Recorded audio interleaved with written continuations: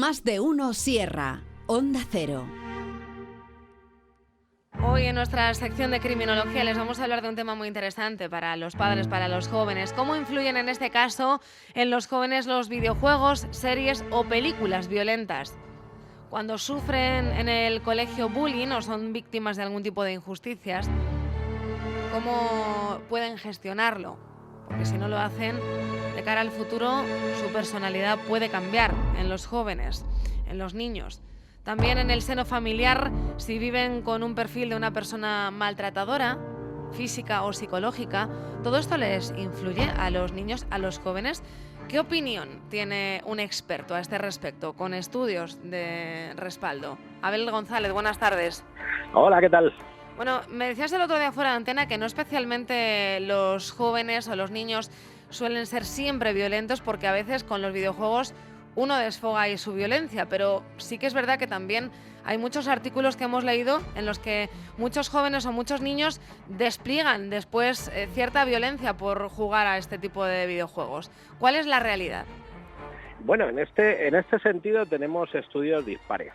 Por eso a lo que tenemos que recurrir es a metaanálisis, que lo que hacen es analizar muchos estudios. Por ejemplo, tenemos uno que es un clásico, aunque es del año 2000, en el que se analizan multitud de estudios con una muestra bastante amplia de unos 15.000 chavales, en el que nos dice que el efecto que puede tener el jugar a videojuegos violentos pues es un efecto muy pequeño en relación a otras características que puedan presentar los chavales, porque lo que nos hablabas de un montón de características, todo esto lo estudiamos desde el ámbito de la criminología del desarrollo, en el que tenemos estudios que analizamos pues la conducta delictiva y todos los precursores, incluso desde antes de nacer, con problemas durante el embarazo.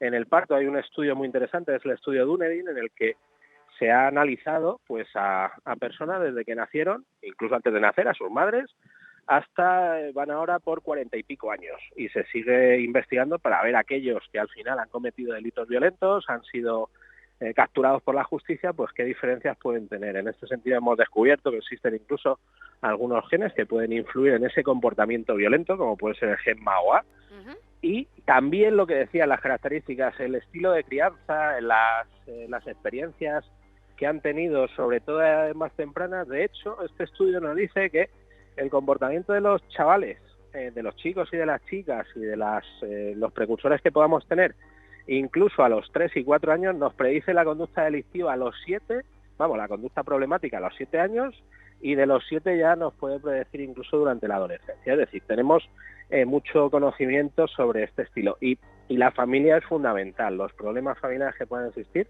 son unos factores de riesgo de primer orden. Pero luego lo que dices, la exposición a videojuegos, y sobre todo todos estos estudios surgieron también a raíz de cuando empezaba la televisión, ¿no? Si los chavales estaban expuestos a películas violentas, ¿qué podía pasar?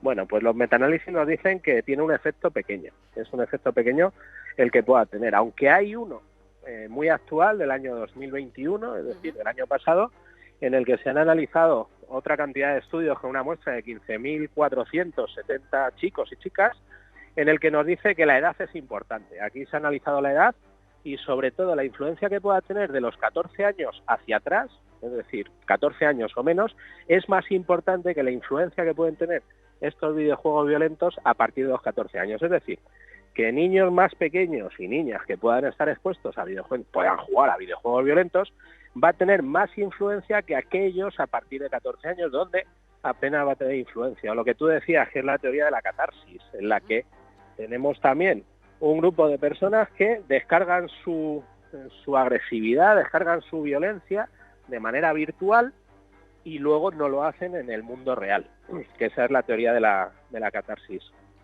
Tiene que ver también un poco con el ámbito de la violencia en los deportes y como digo, son muchas las características que tenemos, aunque yo dejaría aquí una pregunta, que esto será para, si seguimos aquí en Antena más años, podamos contestarla.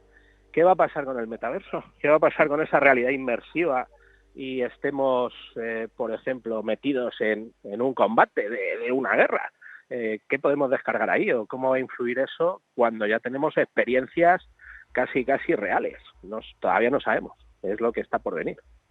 Abel, sí que es cierto que uno también se puede volver insensible, ¿no? Cuando a lo mejor no descargan esa violencia, y es verdad que no todo el mundo lo hace, igual que comentábamos que no todos los narcisistas tienen un perfil de psicópata que llegan a agredir a alguien o llegan a matar a alguien, ¿no? No Sí. llegan a ser personas que son asesinos u homicidas, pero en este sentido sí que es verdad que cuando los niños, los jóvenes, ven tanta sangre, tanta violencia, eso sí que insensibiliza.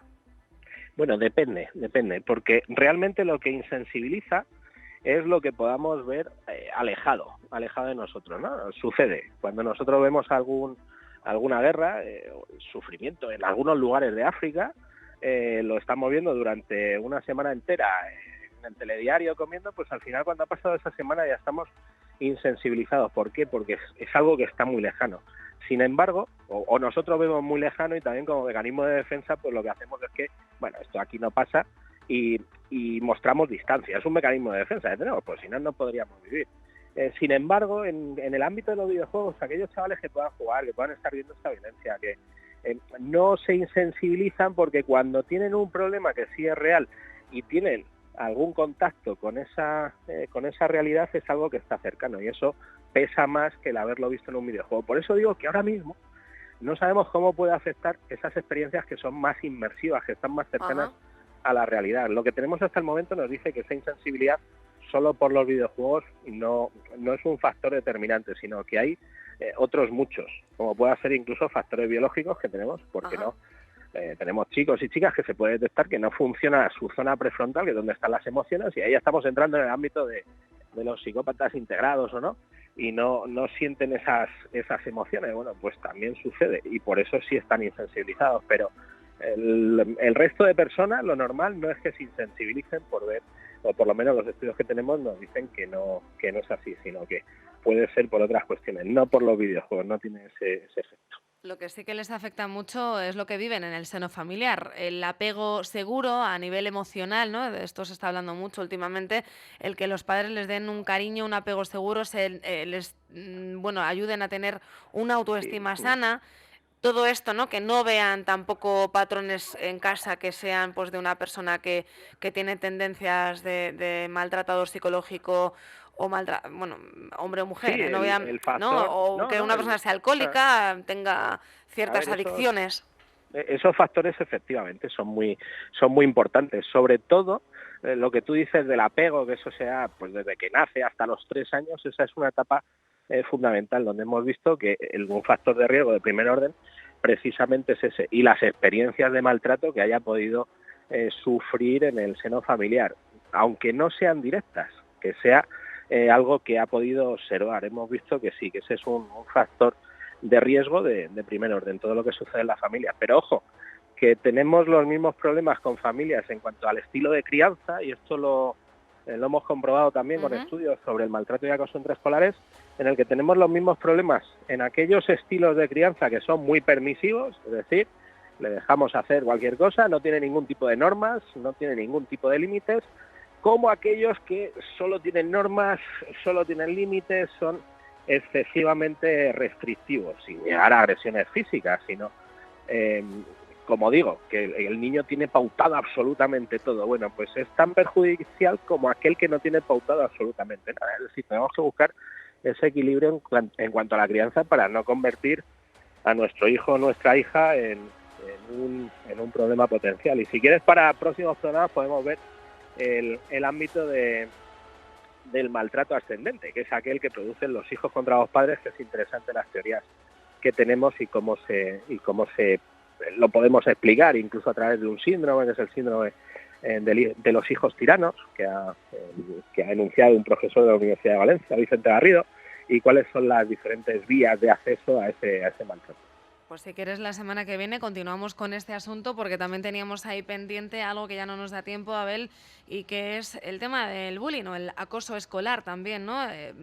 Ciertos niños que acosan o que son acosados, también las razones por las cuales esto se puede llevar a cabo. Así que es un tema muy interesante que podemos seguir desgranando, si te parece, la semana que viene, si no hay alguna otra noticia que lo eclipse. Anotamos en la agenda, si te parece. Tenemos ya los 2 próximos programas hechos. Exactamente. Pues a no ser que haya una noticia de rabiosa actualidad. Exacto. Esperemos que no, porque en esta sección no suelen ser muy buenas. Así que esperemos que no y seguimos con la vía que teníamos ahora mismo, con ese tema que les contamos a los oyentes. Abel González, hasta el lunes que viene. Hasta el lunes. Adiós. Chao. Adiós. Y tenemos resumen de los premios